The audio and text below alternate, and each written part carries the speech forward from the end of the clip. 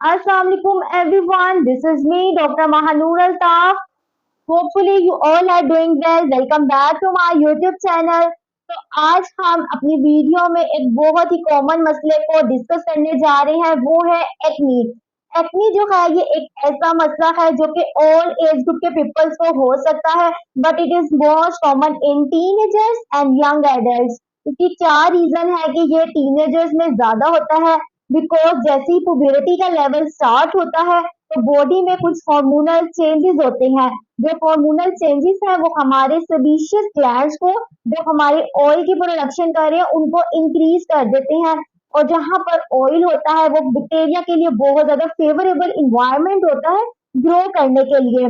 तो बैक्टीरिया वहां पर आ जाता है और इंफ्लेमेशन कोज कर देता है। जैसे वहां पर इंफ्लेमेशन होती है तो पिंपल निकल आता है, एक्नी बन निकल आती है।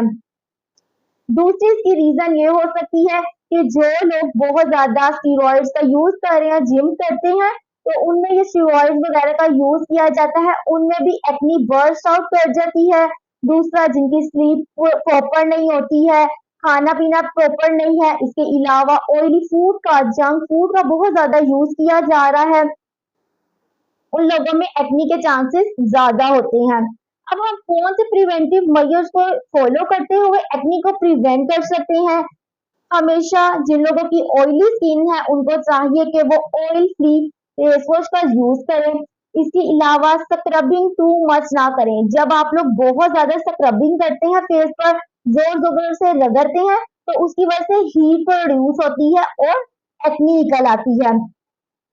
दूसरा, आपने अवॉइड करना है, चिकनाई वाली चीजों से परहेज करें, कार्बोनेटेड ड्रिंक्स का कम यूज करें। इसके अलावा आपने जो है अपना मेकअप वगैरह रात को सोने से पहले उतार कर सोना है। बिकॉज अगर मेकअप लगा रहेगा वो हमारे पोर्स में जाता है, पोर्स में जाकर बैक्टीरिया वगैरह ग्रो करते हैं।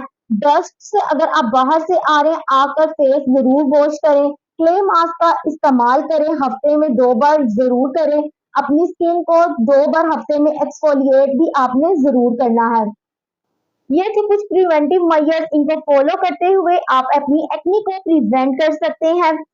अब इसका ट्रीटमेंट की बात की जाए, जिन लोगों में इनिशियल लेवल पर एक्नी होती है तो हम उनमें मोस्टली जो रिकमेंड करते हैं वो ऑइंटमेंट्स होते हैं, और हमारे पास जेल्स आ जाती हैं जिससे इजीली एक्नी ट्रीट हो जाती है, जिसमें हमारे पास सैलिसाइलिक एसिड्स आ जाते हैं।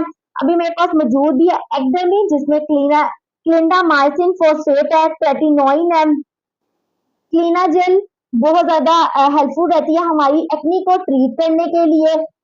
अगर तो एक्नी आपकी बहुत ज्यादा वर्स हो गई है तो उस कंडीशन में हम एंटीबायोटिक्स को रिकमेंड करते हैं, जिसमें हमारे पास विंकोमाइसिन आ जाता है, और साथ रेटिनॉइड्स भी रिकमेंड किए जाते हैं, जिसमें सीरावी भी बहुत अच्छा एक प्रोडक्ट है एक्नी को ट्रीट करने के लिए।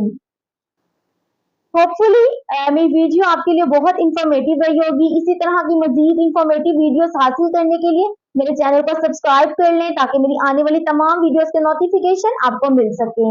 अल्लाह हाफिज।